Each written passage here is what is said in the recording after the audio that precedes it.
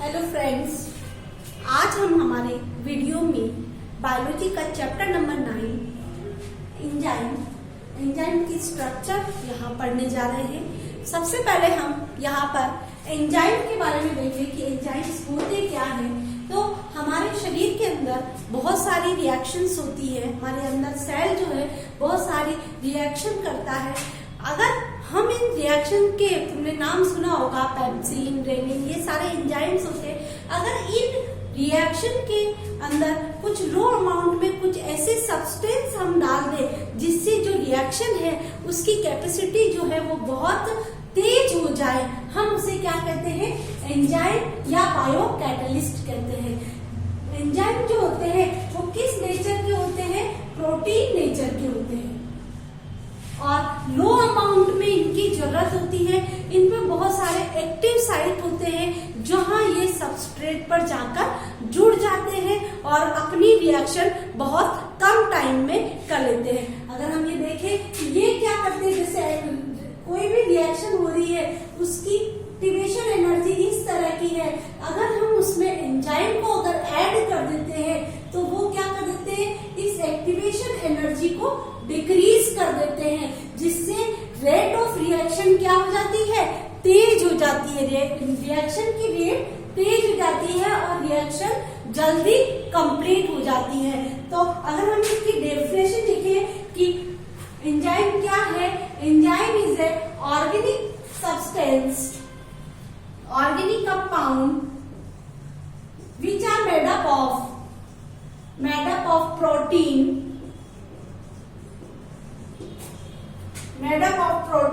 and function as biocatalyst. Catalyst नाम सुना है, कोई भी रिएक्शन में जो उत्प्रेरक होते हैं, कैटलिस्ट होते हैं, वो क्या करते हैं, उसकी रेट ऑफ रिएक्शन को बढ़ा देते हैं। तो हमारी बॉडी के अंदर होने वाली जो रिएक्शन है उनको कौन बढ़ाते हैं, ये बायोकैटलिस्ट बढ़ाते हैं। और ये कंपाउंड मोस्टली किसके बने होते हैं, प्रोटीन के बने हुए होते हैं। ठीक है, biocatalyst in a living cell. तो किसी भी लिविंग सेल में प्रोटीन से बनने वाले वैसे जो एक बायोकैटलिस्ट का वर्क करते हैं, हम उसे क्या कहते हैं, एंजाइम्स कहते हैं। एंजाइम्स किसको डिक्रीज कर देते हैं, एक्टिवेशन एनर्जी को डिक्रीज कर देते हैं और रेट ऑफ रिएक्शन को बढ़ा देते हैं। अब हम यहाँ हमारा जो टॉपिक है वो है structure of enzymes. Structure of enzymes, enzymes की स्ट्रक्चर क्या होती है। तो हमने ये पढ़ा है कि मोस्टली एंजाइम्स किसके बने होते हैं, मोस्टली एंजाइम्स प्रोटीन के बने होते हैं। लेकिन एक एक्सेप्शन बताती हूँ मैं, राइबोजाइम जो है वो किसका बना होता है, आरएनए का बना हुआ होता है। और किसमें वर्क करता है, आरएनए स्प्लिसिंग के अंदर ये रिएक्शन करता है। मोस्टली एंजाइम्स प्रोटीन के बने होते हैं, लेकिन मैं यहाँ कह रही हूँ कि मोस्टली एंजाइम्स प्रोटीन के बने होते हैं, लेकिन सभी प्रोटीन जो है वो एंजाइम नहीं होते। तो अगर हम राइबोजाइम को देखें तो ये आरएनए से बना होता है, मोस्टली आरएनए स्प्लिसिंग में वर्क करता है। आपको नाम ये लर्न होना चाहिए, छोटे क्वेश्चंस में ये पूछा जाता है, what is ribozyme. Ribozyme is enzyme which are made up of RNA and use in RNA splicing. ठीक है, तो आपको ये आना चाहिए। अब हम ये कहें, लेकिन अगर हम केवल प्रोटीन की बात करें, कुछ एंजाइम जो होते हैं केवल प्रोटीन्स के बने होते हैं, जैसे यूरिएज, पेप्सिन, ये किसके बने होते हैं, केवल प्रोटीन के बने हुए ऐसे एंजाइम्स होते हैं। लेकिन इसके अलावा कुछ एंजाइम्स ऐसे होते हैं जिसमें कुछ पार्ट इसका प्रोटीन पार्ट होता है और कुछ पार्ट इसका अनादर पार्ट होता है। अनादर पार्ट में हम उसको कोफैक्टर ले सकते हैं और दूसरा कोफैक्टर का बना हुआ पार्ट होते हैं। तो ऐसे एंजाइम्स जो प्रोटीन और उसके विदाउट प्रोटीन दो पार्ट से मिलकर बने हुए होते हैं, ऐसे एंजाइम्स को हम क्या कहते हैं, होलो एंजाइम्स।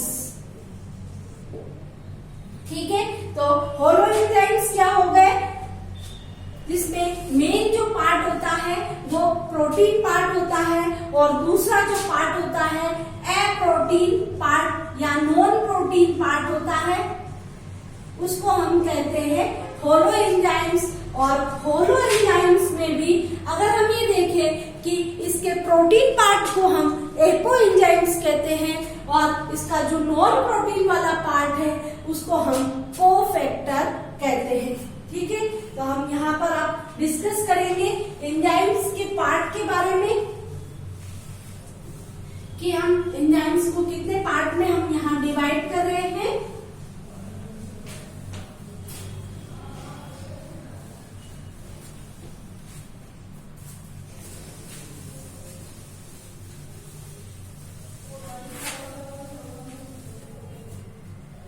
होलो एंजाइम्स की जब हम बात करते हैं यहाँ पर holo enzymes are made up of apo enzyme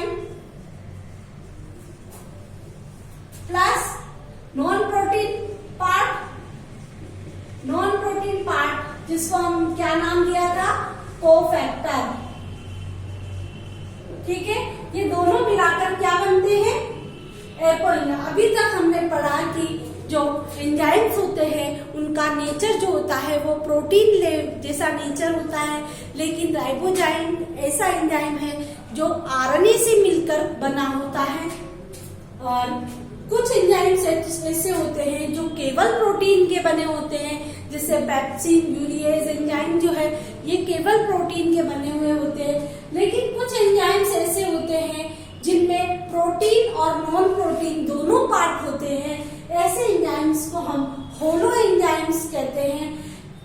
ऐसे होलो एंजाइम्स ये होते हैं कि जिनमें जो प्रोटीन पार्ट है उसको हम एपो एंजाइम कहते हैं और जो नॉन प्रोटीन पार्ट है हम उसे कोफैक्टर कहते हैं। अगर हम यहाँ पर होलो एंजाइम को बोलते हैं, इसमें जो प्रोटीन पार्ट के साथ ये नॉन प्रोटीन पार्ट जो लगा है ये क्या होता है, नेसेसरी होता है।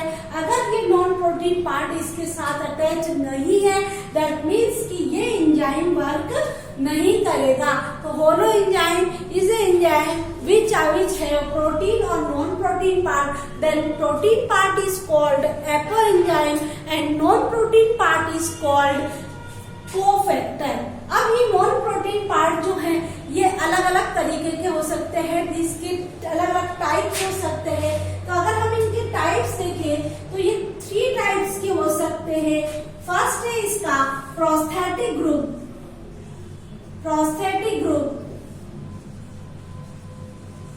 सेकंड आता है इसका कोफैक्टर, कोएंजाइम, और थर्ड आता है एक्टिवेटर। सबसे पहले हम प्रोस्थेटिक ग्रुप की बात करते हैं तो ये क्या होते हैं, ऑर्गेनिक सब्सटेंस होते हैं, ऑर्गेनिक कंपाउंड या ऑर्गेनिक सब्सटेंस होते हैं और किससे फ्रीली बाउंड होते हैं, टाइट बाउंड होते हैं, नॉट सेपरेट,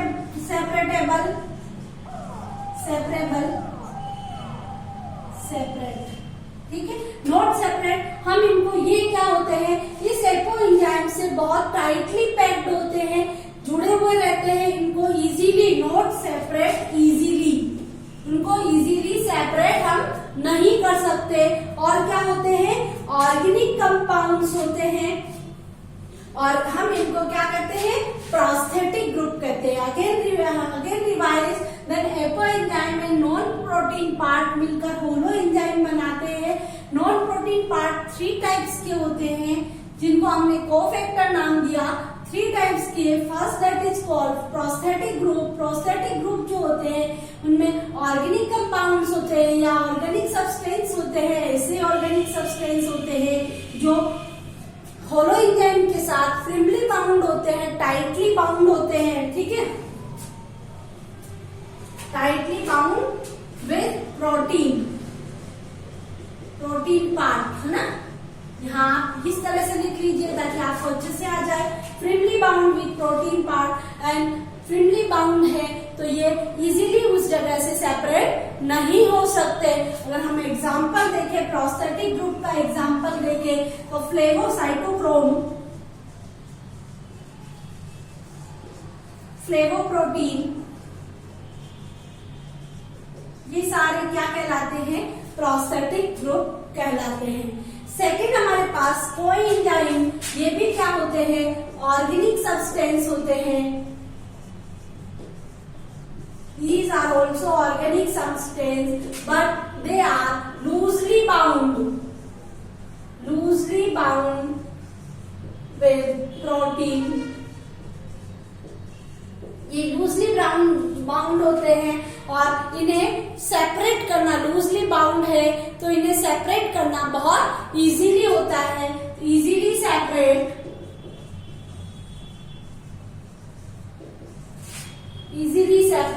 एंड अगर हम इनके एग्जाम्पल्स देखें कि क्या है, NAD nicotinamide, adenine diphosphate, NADP, coenzyme A, FAD, ये सारे क्या है, कोएंजाइम है। तो कोएंजाइम जो है वो इनका नॉन प्रोटीन पार्ट जो है ऑर्गेनिक कंपाउंड का बना हुआ है, लूजली पैक्ड है, लूजली बाउंड, प्रोटीन पार्ट से लूजली बाउंड रहते हैं और इजीली सेपरेट किए जा सकते हैं।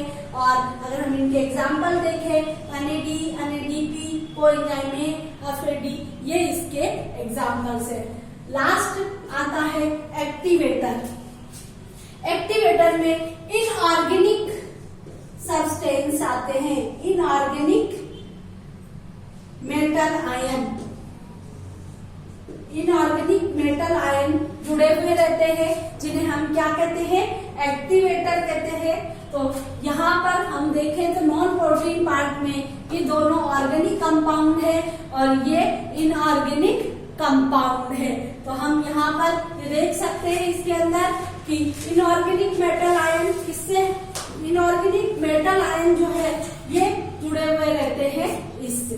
तो एक्टिवेटर में हम यहाँ पर Fe+2 आयन लिख सकते हैं, इसके बारे में ये एक्टिवेटर का काम करेंगे। तो हमारे पास दोनों एंजाइम में हमने नॉन प्रोटीन पार्ट के बारे में पढ़ा। नॉन प्रोटीन पार्ट जो है उसमें 3 तरह के पार्ट हो सकते हैं, प्रोस्थेटिक ग्रुप हो सकता है, कोएंजाइम हो सकता है और एक्टिवेटर हो सकता है। प्रोस्थेटिक ग्रुप ऑर्गेनिक कंपाउंड्स होते हैं जो फिल्मली बाउंड होते हैं या टाइटली बाउंड होते हैं प्रोटीन पार्ट से, इसीलिए उनको इजीली सेपरेट नहीं कर सकते, cytochrome, flavoproteins. Coenzyme also organic compound but loosely bound with protein, so easily separate NAD, NADP, FAD। Activator जो होते हैं इनऑर्गेनिक मेटल आयन्स होते हैं जिन्हें हम अलग भी कर सकते हैं। तो ये हमारे पास ये रिएक्शन हुई इसकी कि किस तरह के ऑर्गेनिक कंपाउंड हमारे पास होते हैं। अब हमारे पास आता है एपो एंजाइम। अब दूसरा पार्ट हमारे पास है एपो एंजाइम। एपो एंजाइम जो है वो कौन सा पार्ट है, हमारा प्रोटीन पार्ट है। इस प्रोटीन पार्ट को अगर हम देखें तो मोस्टली हम अगर प्रोटीन को प्रोटीन पार्ट में, प्रोटीन जो है वो किससे मिलकर बने होते हैं, अमीनो एसिड से मिलकर बने होते हैं प्रोटीन्स। तो हर एक एपो एंजाइम अलग अलग होता है, एंजाइम का जो पार्ट है हर एक एंजाइम में एपो एंजाइम जो है अलग अलग होता है। उनमें जो अमीनो एसिड का जो सीक्वेंस है वो सीक्वेंस अलग अलग होता है, सभी में डिफरेंट होता है। तो इसको हम इसके डायमेंशन के अकॉर्डिंग हम इसको, और डायमेंशन और प्रोटीन स्ट्रक्चर के अकॉर्डिंग हम इनको डिफरेंशिएट कर सकते हैं। अगर हम इस प्रोटीन पार्ट की स्ट्रक्चर देखें तो कोलाइडल नेचर होता है, कोलाइडल नेचर होता है इसका प्रोटीन का, ठीक है। तो एंजाइम का नेचर भी कैसा हुआ, कोलाइडल नेचर होता है। और ये कोलाइडल नेचर के कारण इनका जो सरफेस होता है वो सरफेस इसका क्या होता है, सरफेस एरिया ज्यादा होता है, तो ये इजीली वर्क कर सकते हैं। अब है कि इसके अगर हम ये देखें तो इस पर एक स्पेसिफिक, इस प्रोटीन पार्ट पर एक स्पेसिफिक साइट्स होती है, इनको एक्टिव साइट कहते हैं। इन स्पेसिफिक साइट्स को हम क्या कहते हैं, एक्टिव साइट्स कहते हैं। ये एक्टिव साइट्स जब हम रिएक्शन लिखते हैं, क्योंकि कोई सबस्ट्रेट है, सबस्ट्रेट के साथ एंजाइम वर्क करता है, सबस्ट्रेट एंजाइम कॉम्प्लेक्स बनाता है और उसके बाद प्रोडक्ट का फॉर्मेशन होता है। तो इस पर जो एक्टिव साइट्स होते हैं, इन एक्टिव साइट से ये किस पर जुड़ता है, इस सबस्ट्रेट से जुड़ता है। तो ये एक्टिव साइट से सबस्ट्रेट पर जुड़कर रिएक्शन करते हैं। ठीक है, ठीक है। तो जब इनकी रिएक्शन होती है तो एंजाइम की इन्हीं एक्टिव साइट पर ये सबस्ट्रेट मॉलिक्यूल आकर जुड़ते हैं। तो स्पेसिफिक साइट, अगर हम एक एग्जांपल, एक डायग्राम देखें कि किस तरह का हो सकता है। अगर ये एक एंजाइम है तो हम इस पार्ट जो है ये इसका नॉन प्रोटीन पार्ट बन जाएगा और ये जो है इसका प्रोटीन पार्ट कहलाएगा। जब तक नॉन प्रोटीन पार्ट नहीं जुड़ेगा, जो एपो एंजाइम है अपना वर्क नहीं कर सकता। That is called apo enzyme and this is called cofactor. और हम इस पूरे एंजाइम को नाम देते हैं होलो एंजाइम। तो आपसे एग्जामिनेशन में इसकी स्ट्रक्चर पूछी जा सकती है। अगर छोटे क्वेश्चंस आते हैं तो आपको केवल होलो एंजाइम्स की व्हाट इज होलो एंजाइम, तो holo enzyme is made up of protein और अप्रोटीन पार्ट या non protein part. Protein part is called apo enzyme and non protein part is called cofactor. आपको इतना सा बताना है। अगर ये भी क्वेश्चन आ सकता है इससे कि how many types of cofactor found in enzyme, so 3 type of cofactor, prosthetic group, coenzyme and activators are found. आपको इनकी डेफिनेशन देनी है। और ऐसे भी आ सकता है what is coenzyme, what is the nature of enzyme, तो आपको ये बताना है एपो एंजाइम के बारे में, इसका प्रोटीन पार्ट, इसकी किससे मिलकर बने होते हैं, हर एक में किस किस तरह डिफरेंशिएट होता है, इनकी स्ट्रक्चर कैसी होती है, इनका नेचर कैसा होता है और इसमें कौन सी साइट पर सबस्ट्रेट मॉलिक्यूल आकर जुड़ता है। तो आज की इस वीडियो में हम केवल एंजाइम की स्ट्रक्चर पढ़ेंगे। नेक्स्ट वीडियो में इसमें आपका, इस चैप्टर में आपका डिलीटेड पोर्शन भी है कि एंजाइम के जो स्पेसिफिक कैरेक्टरिस्टिक्स है, आपका डिलीटेड पोर्शन है, तो वो मैं यहाँ पर आपको डिस्कस नहीं करूंगी। नेक्स्ट क्लासिफिकेशन ऑफ एंजाइम्स है और रिएक्शन ऑफ एंजाइम्स है, तो हम उसको डिस्कस करेंगे। Thank you very much.